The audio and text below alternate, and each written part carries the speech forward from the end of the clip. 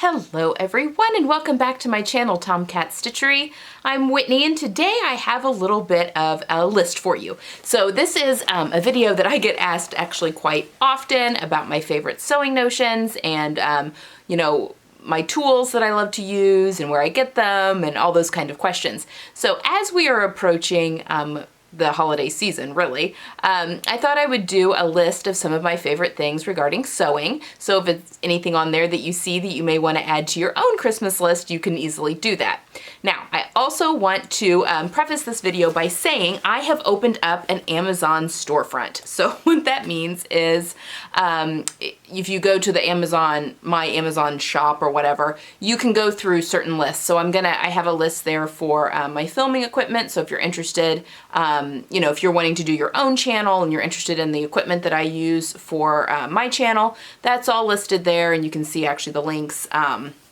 They are all affiliate links, which means I do make a very small commission if you do buy through that link. And the links that I'm leaving for a lot of this stuff that's from Amazon, they are affiliate, which means I do make a small commission. Now, also on the shop, you know, there's different lists. So I have like a sewing notions list, sewing books that I really love list, and that kind of stuff. So today, I'm going to be going through my favorite sewing notions. Not all of these are available on Amazon. In fact, I often talk about Wawak, which is a US company, but they also have a Canadian store as well. I just recently found out. And I do not have affiliate links with them. So the links for all the stuff there are just regular links, just sending you to what I bought. Also, this is all stuff that I own. So keep that in mind, that these are things that I own, I use, I love, and that kind of thing.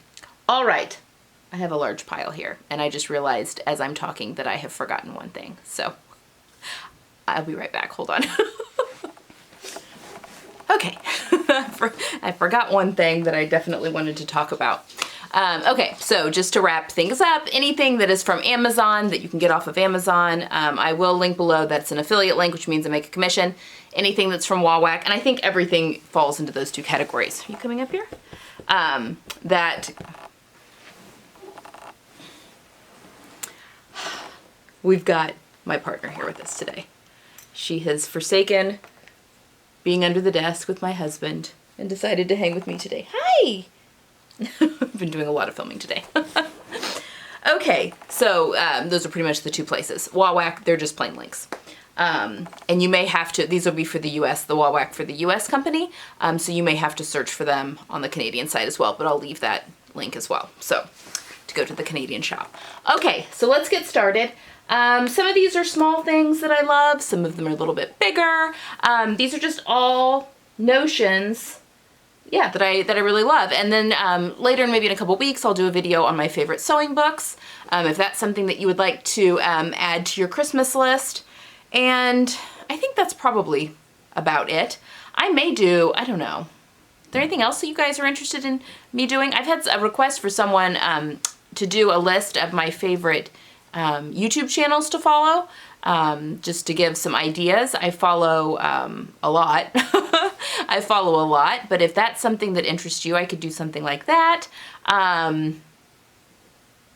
Yeah, I mean, I've already done a video on my favorite independent pattern designers, but I could also, I don't know, do one on my favorite places to buy fabric or something. Have I done that? I don't even know if I have. Anyway, leave it down in the comments below which else you would like to see, but I thought I would just kind of sprinkle these in here or there between now and Christmas, just to give you an idea if there's anything you want to add to your own Christmas list.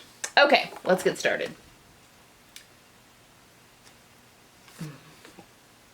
Oh, sorry, I was like, I heard a noise outside.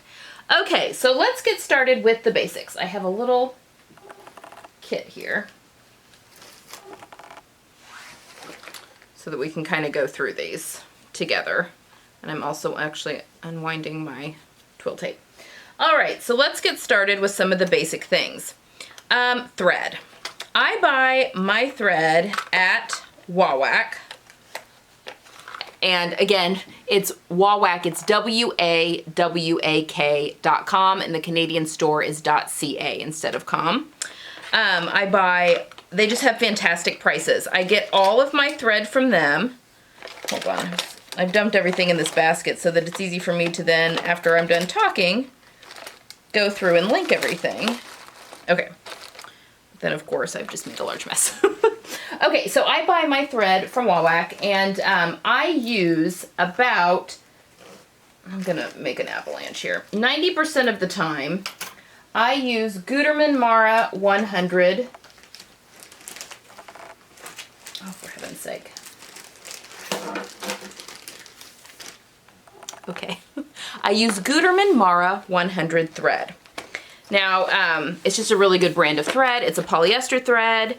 Most of it, I buy in the, let's see how many, 1,093 yards, which looks like this. It's this size of a spool. And this is just your, just your all-purpose thread. Now, this costs, it goes on sale a ton, so you have to watch. This is the size of Gutermann thread you can get at Joann's. This is 110 yards, okay? Look at the difference. I can get this on sale for $2.79. I'm paying close to $4 for this at Joann's. So that right there, look at the difference. So this is my everyday thread. And then I also get my serger thread, which I use Maxi-Lock serger thread. You can get this size, and you can also get a bigger size. You can also get in like white, black, off-white, maybe just those three colors, white, black, and off-white maybe. You can get this thread in like a cone this big, and I do buy those in white and black just because you go through those colors so much. But yeah, keep that in mind. Now, the problem with buying your thread online is not knowing what colors to go through. But also at Wawak, for right underneath, I think it's like $9.95 or something, you can get the Gutermann color chart, which this was the best $10 I ever spent. I mean, it's gigantic. It's basically all the colors that Gutermann sells, and it like, that's just half of it. And then the other side. And it gives you all the numbers. Now, Wawak doesn't carry all of these, because not all of these colors come in the Mara 100, but anything, if you can kind of see close, that has a dot next to the number, Wawak carries those. So, I mean, they carry a ton of colors. So I will usually just sit down and match my fabrics to the color chart, and then I'll a lot of times just buy a whole bunch of thread at once, especially when it's on sale. It's a great, great thing to have this. So then that takes all the guesswork out of trying to match my thread to my projects. So yeah, and then you can just get a really good price. So that is my thread. And again, I just wanted to show you the difference between what you get at like Joann's or Hobby Lobby versus what you can get from Wawak. So it's definitely worth, that color chart's definitely worth the money. I would easily spin that over again.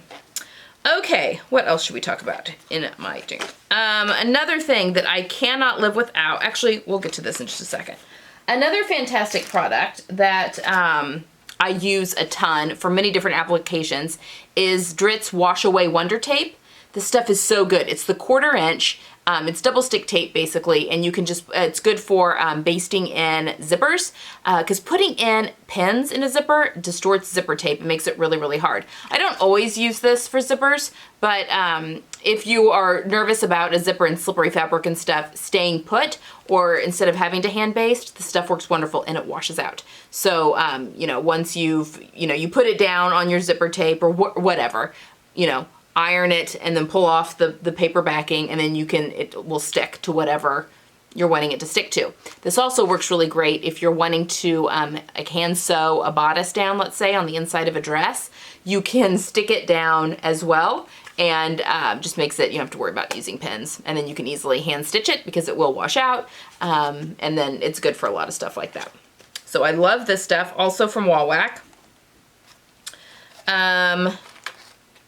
Let's talk about, that's the same stuff. Oh, also, when you are using that wash away tape, keep it in a Ziploc baggie when it's open, otherwise it can dry out, so, because it's glue. So that's kind of the tip there. Okay, we'll get to cutting out in a second.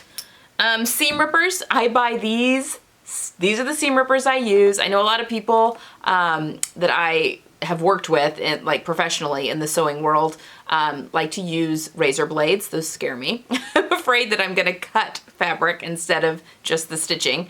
I just use these, and I buy them in bulk because you want a sharp one. You don't want to try and use a dull one. That's when you start accidentally cutting fabric. The same with your scissors, everything else. Things are more dangerous if the duller they are. So the sharper they are, the better, which is probably why a razor blade is really good. But I buy these because you can get these for under $1 a piece, I think, on Wawak. I buy these, you know, by the, I don't know, like 10 at a time. And then also a good seam gauge, just for a little quick measuring. Also Wawak, you can get it for a very good price. This is a 7-inch one. But yeah, I use those quite a bit, actually. I mean, I can eyeball a lot of measurements, but I use one of these quite a bit, and this is a metal one. Those are just kind of some basic notions, I guess. Let's talk about pens a little bit. And where's my needles?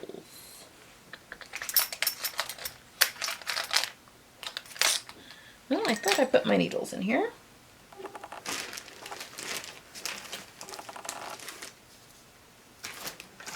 There they are.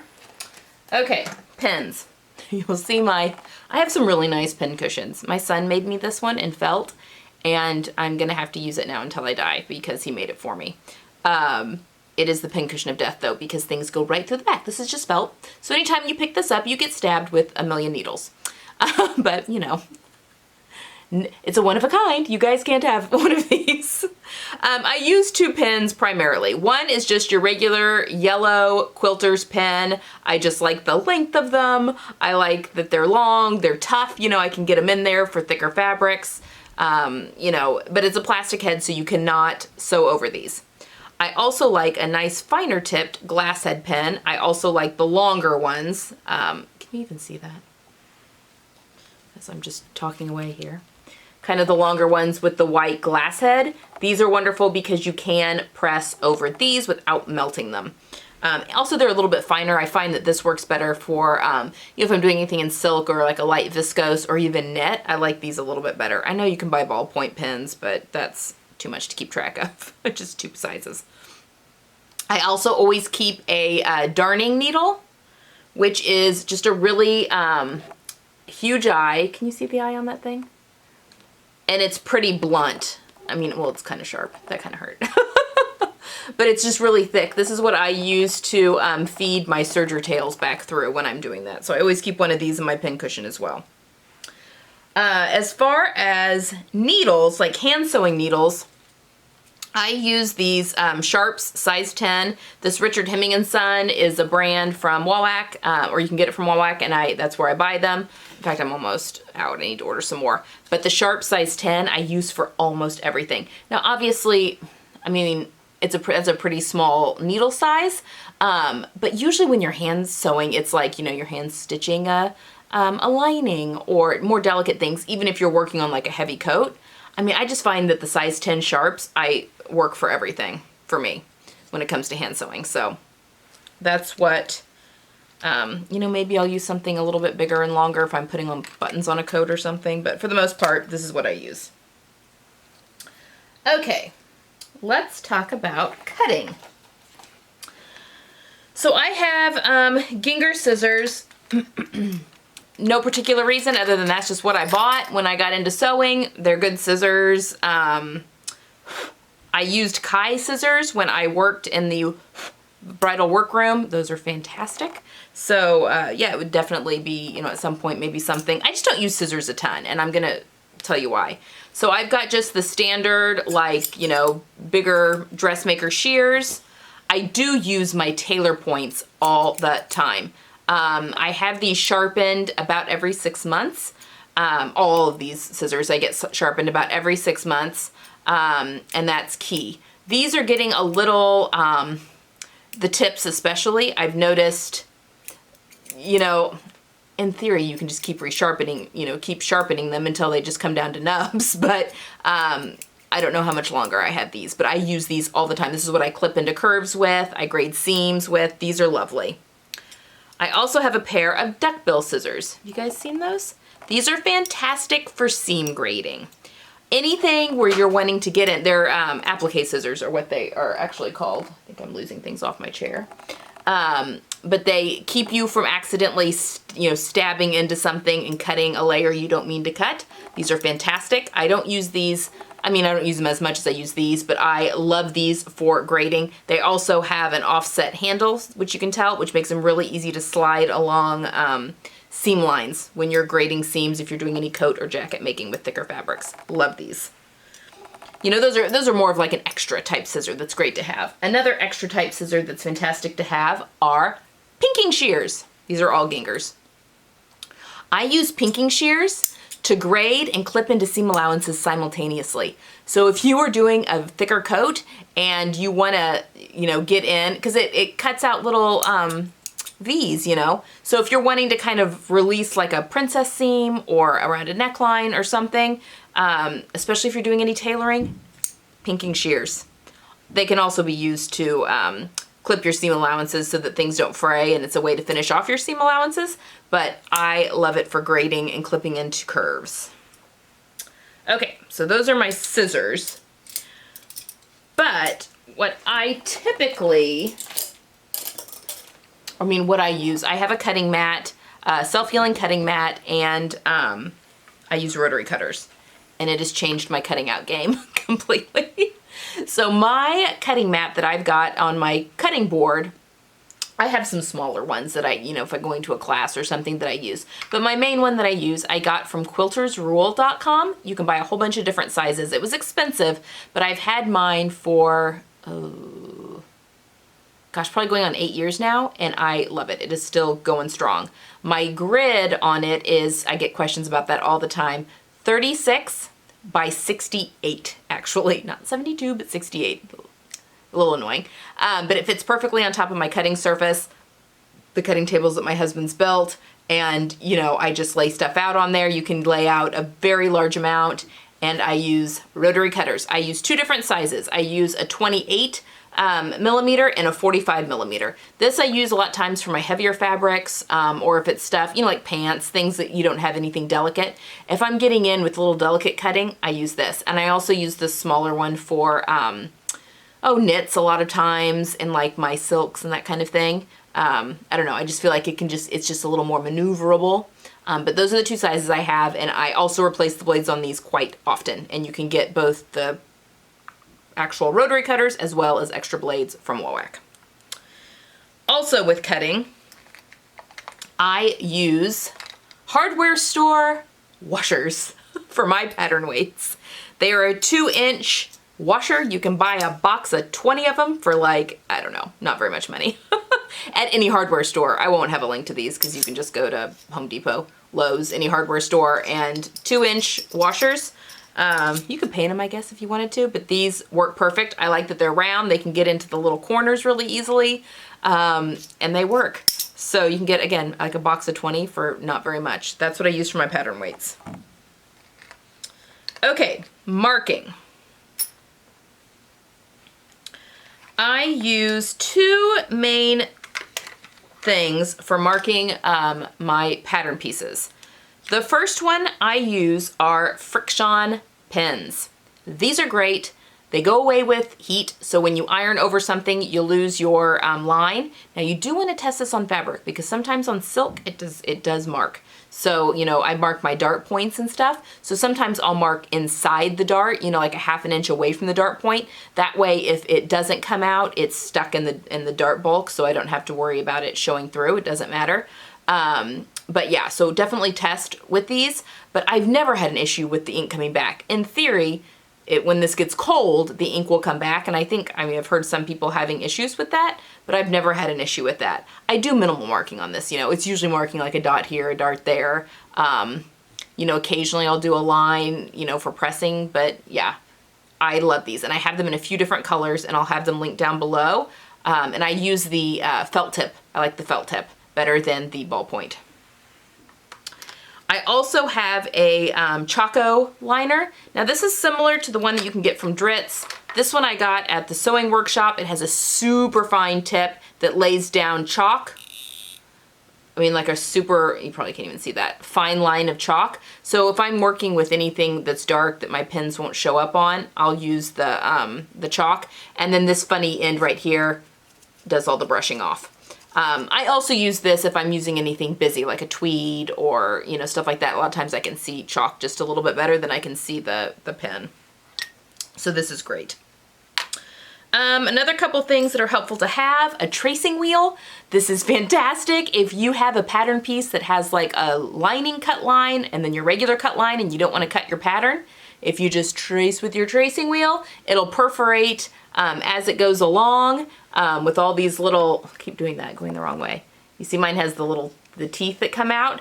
And a lot of times you can just lift up the pattern piece and you'll see it'll leave a line kind of on the fabric and then you can cut. Yeah, this is great for that. Also, it's great for, you know, with my narrow shoulder adjustments. I do a lot of stuff like that when I'm wanting to go through 2 layers so that I can see what I'm doing with this. When I'm doing pattern alterations, this is really good. And then finally, in this little section, I have an awl. This thing is super, super pointy. I mean, a lot of times, I bought it actually for pattern making. This is great for marking like ends of darts and that kind of stuff in your master patterns, if you're making like a moulage and that kind of thing. However, I use this more for sometimes putting snaps into things. I use it a ton when I'm making jeans. You're gonna see this in the jeans sew along. When I'm doing my rivets and also my jean buttons, I use an awl to make my holes for that. It's great. On that note, let's see, we can talk about with cutting. I have a couple of things that I like for buttonholes. This is a Simflex. If you guys have probably, if you watched any of my sew-alongs, have seen me use this. It expands and contracts to make perfectly spaced buttonholes and also pleats. If you're wanting to make a pleated skirt or something, you can just do a rectangle and then mark out your pleats really, really easily with something like this. It has on one side markings so you know where to mark. I use this a ton. I mean, I use this every time. I don't ever follow the guidelines for the buttonholes. I always just mark where my fullest of my bust is and then go from there and use this to mark out my buttons. I'm getting ready to have a battery die on me, so 2 secs. Okay, oops, I think I knocked you a little bit, okay. All right, so in addition to the Simflex, I also use fray check like crazy. I do my buttonholes, fray check on both sides of my buttonholes. Got hair in my lipstick. And then hit that so that you don't have any fraying and it just kind of, I mean, this is liquid nylon, so it just kind of seals up those buttonholes. I use it on the, do a line through the center of the front and the back of the buttonhole before I cut it. And when I cut a buttonhole, I use a buttonhole chisel. I also have this sharpened. At the same time I have my scissors sharpened, I get this sharpened as well. It actually has a little case, but the last time I got it sharpened, the case didn't come back with it, just this, so whatever. But you'll also see me on my sew-alongs, I use this to cut open all of my buttonholes. It is, makes it much easier to not accidentally cut something you're not supposed to cut. If you're using like a seam ripper or scissors or something to cut open your buttonholes, this is by far, and it's not expensive, and it comes in a set with a little eyelet punch as well, and then a little wooden block that you can use, you know, to do your cutting on. I just use my self-healing cutting mat. It works just as well. You really don't have to put much pressure on this for it to go through, so. All right, moving on. I get asked about this guy a ton. This I bought from an Etsy shop. They're made in Germany, but this is the adjustable, I bought 2 when I bought mine, but you've seen the adjustable tape measure that it hooks together, and so it makes it really easy to take your measurements. I love this thing. It makes it, in fact, you can kind of see the pictures, I don't know.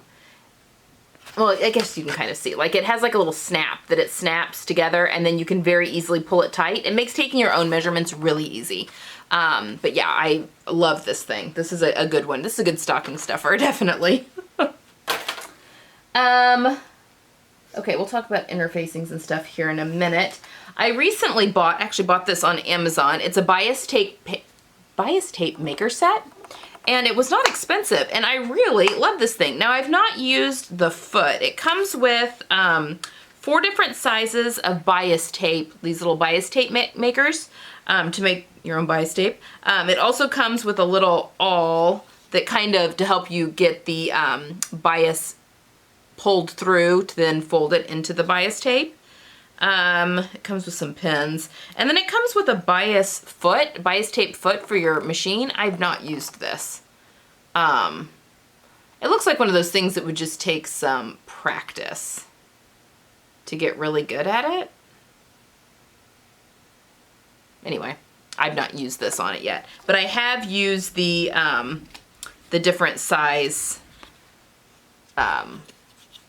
what would you, I guess they actually make the bias tape. They fold over the bias tape.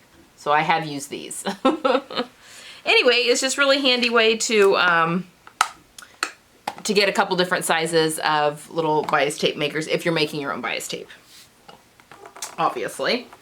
Okay, let's talk about some stay tapes and stuff. You guys have seen me talk about these a ton. I think that's what fell earlier. And I have no idea where it went. Okay, oh, there it is. Okay, and I'm actually missing one because I've just run out of it and haven't gotten it back in yet.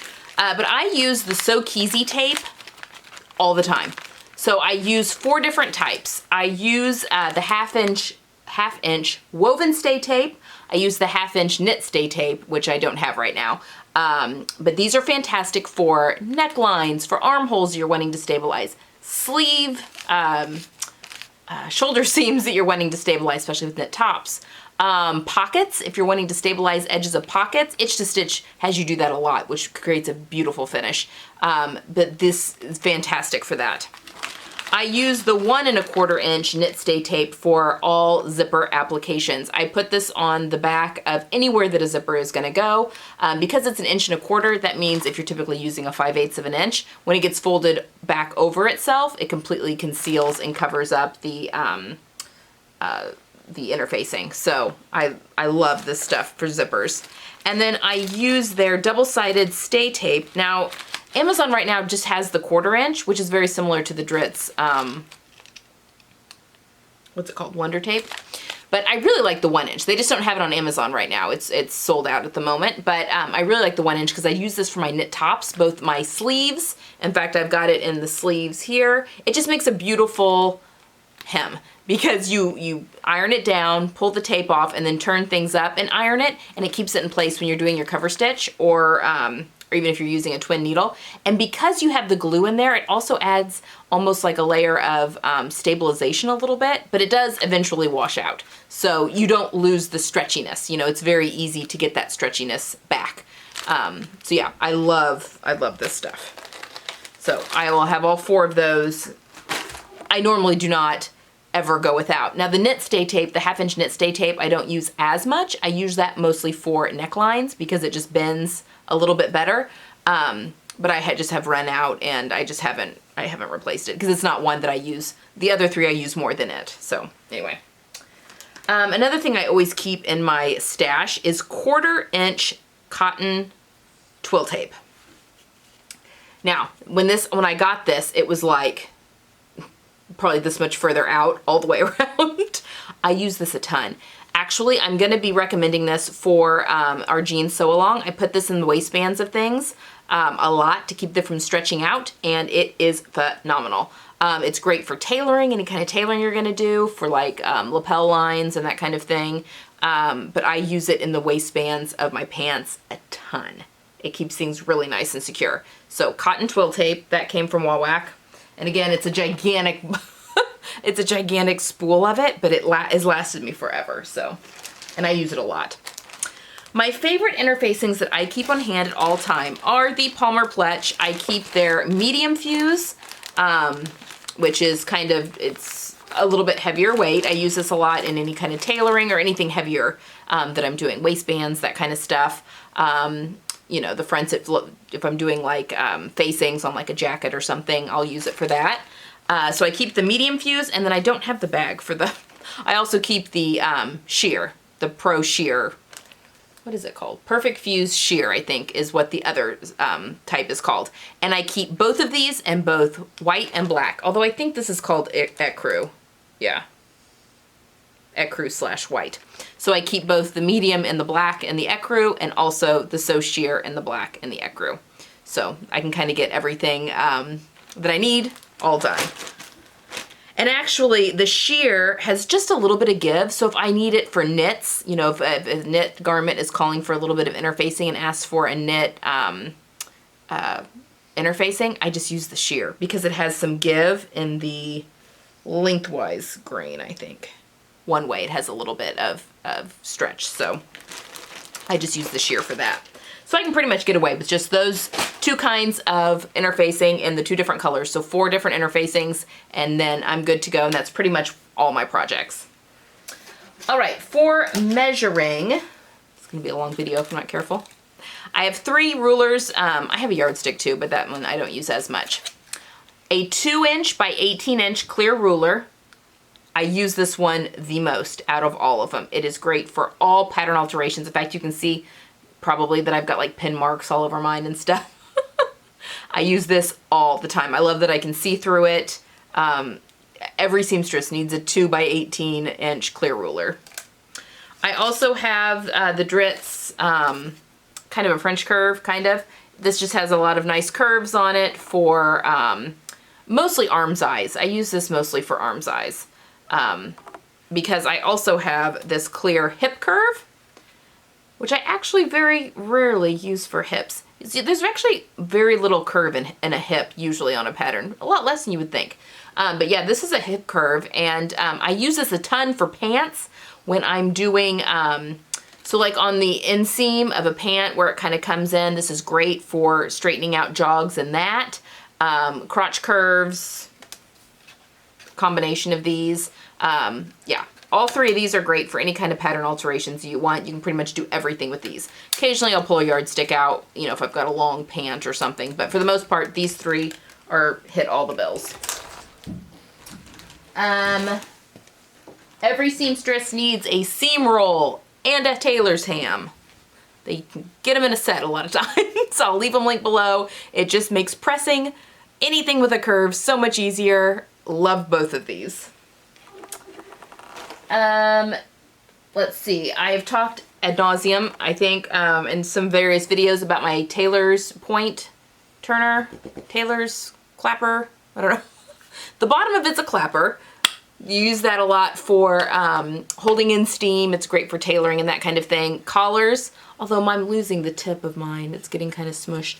But pressing open like seam allowances on collars and all sorts of things is great on the top of this. You can just do a lot of really good pressing on one of these. I use them somewhat frequently in my sew-along videos. Just a couple things left. A sleeve board. This is great for sleeves. It has 2 different widths. It's got a thicker width and a thinner width. So good for pant legs and for sleeves. I mean, it's like a little mini ironing board. I just throw it up there. If I'm having to press open seams, as for instance, if I've sewn a sleeve and I want to press open the seam that's inside of it, you can use a seam roll to get it in there, but this just does, it's just a little bit easier to slide it on over a sleeve board instead, and then I use the thicker side for pant legs. Yeah, it just helps you get in where you need to get, because as we all know, pressing is extremely important in all things sewing. And then the final thing I wanted to talk about, I get a lot of questions about, is my tracing paper. When I do have to trace out things, I use, it's medical exam paper from Amazon. It is 24 inches, I think, by, and I think each roll is like 250 yards or something. 250 feet, 250 yards, it's a lot on a roll, and I buy it by the gross, so I get 12 rolls, and they last me forever. I mean, it's probably been 3 years since 2 years, maybe 3 years since I've had to buy a section of 12, and I probably still have 5 rolls left. So I also don't trace out my patterns. I mean, unless it's an indie pattern that I want to save, I mean, but yeah. I use this a lot, even for pattern alterations if I'm putting stuff behind tissue paper. It's nice and lightweight, you can see through it, but it's a little heavier than tissue, so you don't have to worry about it ripping easily. I love this stuff. So this is the tracing paper that I use. I get a lot of questions. I think that's everything. I'm sure I forgot things. So yeah, so there is a list of my most commonly used sewing notions, some of my favorites. It's gonna take me forever to link everything down below, but I will have them all down there for you. If I accidentally miss something, just call me out on it and I will get it added. That does happen. So there you have it, guys. Those are some of my favorite sewing notions. So there may be some things that are new to you that are on there that you might be interested in adding to your Christmas list. Or if you just want to see the brands that I use that I really love, yeah, I'll have that all linked for you down below. All right, that's all I've got for today. I hope you enjoyed this video. Sunday, we've got the start of our jeans sew along, which is McCall's 5894. It's a Palmer Pletch jeans pattern. So we'll be going over, I'll be making a muslin, and we'll be talking all about the supplies that we need and all that kind of stuff on Sunday, just to get started with that sew along. So that's all I've got. I hope you guys have a wonderful weekend, and I will see you all next time. Bye.